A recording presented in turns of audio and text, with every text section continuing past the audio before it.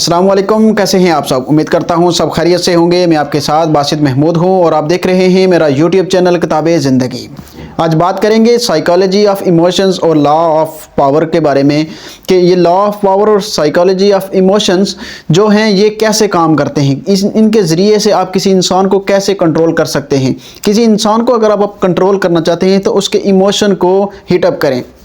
जब आप उसके इमोशन को हिटअप करेंगे, उसके इमोशन हैवी होंगे तो तब उसे समझ नहीं आएगी कि क्या करना है। तब आप उस इंसान को अपने कंट्रोल में कर सकते हैं। जैसा कि कुछ लोग आपको कंट्रोल करने के लिए आपके इमोशंस को हाई करते हैं, वो आपके अंदर के जज्बात को हाई कर देते हैं और आप उनके कंट्रोल में जाते हैं। मिसाल के तौर पर कि आपको इग्नोर किया जाता है, ये एक माइंड गेम खेली जा रही होती है आपके साथ कि आपको इग्नोर किया जाता है और आप फिर तड़पते हो, फिर रोते हो और आपका इमोशन हाई होता है और फिर आप उसकी तरफ जाते हो और फिर आप उसके कंट्रोल में जा रहे होते हैं और अगला बंदा फुल रिलैक्स में है, उसको किसी चीज़ की कोई परवाह नहीं है और आप उसके मुताबिक सारी चीज़ें करना शुरू कर देते हो। और आप इसलिए ये सब करते हो क्योंकि अगले इंसान ने आपको इमोशनल कर दिया है, क्योंकि उसने आपके इमोशन को बढ़ाया है, तो आप इसलिए उसके कंट्रोल में जा रहे हो। सिर्फ आप ही उसके कंट्रोल में क्यों जा रहे हो, इस बात को समझिएगा, क्योंकि आपने उस इंसान को इमोशनल किया ही नहीं है।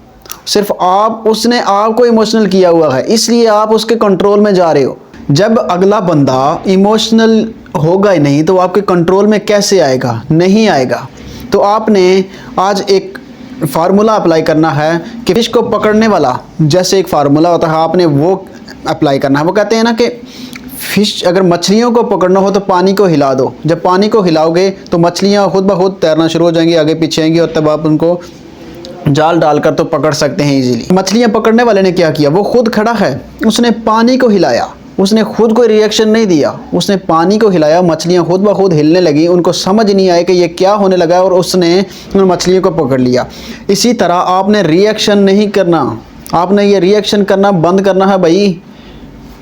आपका जो गुस्सा है वो दूसरे इंसान के कंट्रोल में लेकर जाता है, आपके इमोशंस आपके दूसरे इंसान के कंट्रोल में लेकर जाते हैं। ये बार बार का लड़ना, गिले शिकवे करना आपको वीक कर रहा है। आपने सबसे पहला काम ये करना है कि आपने रिएक्शन नहीं देना उस इंसान को, और दूसरा काम आपने अपने गोल पर फोकस करना है। मछली पकड़ने वाला क्या कर रहा है कि वो एक तो रिएक्ट नहीं कर रहा, कोई रिएक्शन नहीं दे रहा, और दूसरा क्या है कि वो अपने गोल के ऊपर अपना जो उसने जो एक बनाया हुआ है कि मैंने मछली पकड़नी है, तो वो उसके ऊपर फोकस कर रहा है और वो इसी तरह करके तो वो अपना गोल अचीव कर लेता है। जब आपका फोकस आपकी अपनी लाइफ पर होगा, आप दूसरे लोगों की बातों में नहीं आएंगे, तब आप जो है वो दूसरे इंसान को कंट्रोल कर सकते हैं। लेकिन जब आप दूसरे इंसान की बातों में आते हो, आप इमोशनल होकर दूसरे इंसान को बातें सुनाते हो, उससे लड़ते हो, तब आप उस इंसान के कंट्रोल में जा रहे होते हो, आप उसको रिएक्ट करते हो तो उस इंसान के कंट्रोल में जा रहे होते हो। आप यहाँ कह रहे होते हैं जी कि मैं बड़ा स्ट्रेट फॉरवर्ड हूँ, मैं बात मुंह पे कर देता हूँ, मैं कोई चीज़ दिल में नहीं रखता। तो ओ भाई, आप मुनाफिक नहीं हो, आप स्ट्रेट फॉरवर्ड हो, लेकिन आपकी ज़बान, आपके दिल का किसी ने अचार डालना है। जब आपकी ज़बान ही इतनी कड़वी है, लोग आपकी ज़बान तक ही आकर दिल तक, तो वो कुछ ख़ास लोग पहुँचेंगे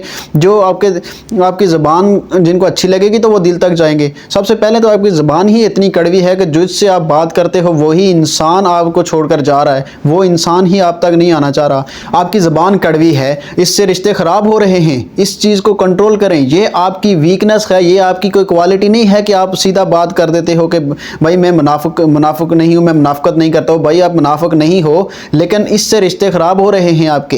आपको बात करने का नहीं पता कि किस टाइम क्या बात बोलनी है, फिर आपका मसला बनता है, फिर आपको जो है वो प्रॉब्लम क्रिएट आती है रिश्ते में। आप सीधी बात, उल्टी बात जो आती है वो बोल देते हो और फिर कहते हो कि हमारा मसला ठीक नहीं हो रहा। अब रिएक्ट करते हो उसकी बातों के ऊपर। आपने सबसे पहले रिएक्ट नहीं करना, रिएक्ट को रिस्पॉन्स में लेकर आना है। रिएक्ट को रिस्पांस में कैसे लेकर आएंगे?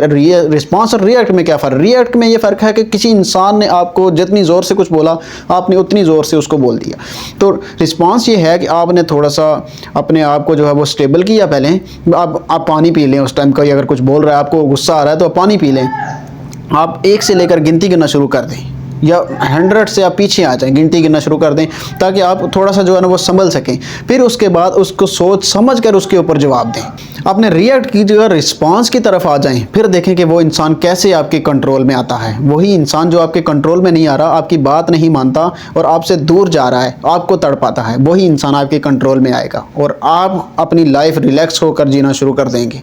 और तब तक ये नहीं होगा जब तक आप अपनी ज़बान को नहीं संभालते। अपनी जो लैंग्वेज है, आप स्ट्रेट फॉरवर्ड बनना पसंद करते हैं, लेकिन स्ट्रेट फॉरवर्ड होने का ये मतलब हरगिज़ नहीं है कि आप दूसरे इंसान का दिल दुखाओ, दूसरे इंसान को ऐसी बातें करो कि जो उसके दिल पर जख्म बन जाए हमेशा के लिए, और फिर आप उसके साथ रिश्ता ठीक भी करना चाहो तो वो बातें उसके दिल से ना उतरें।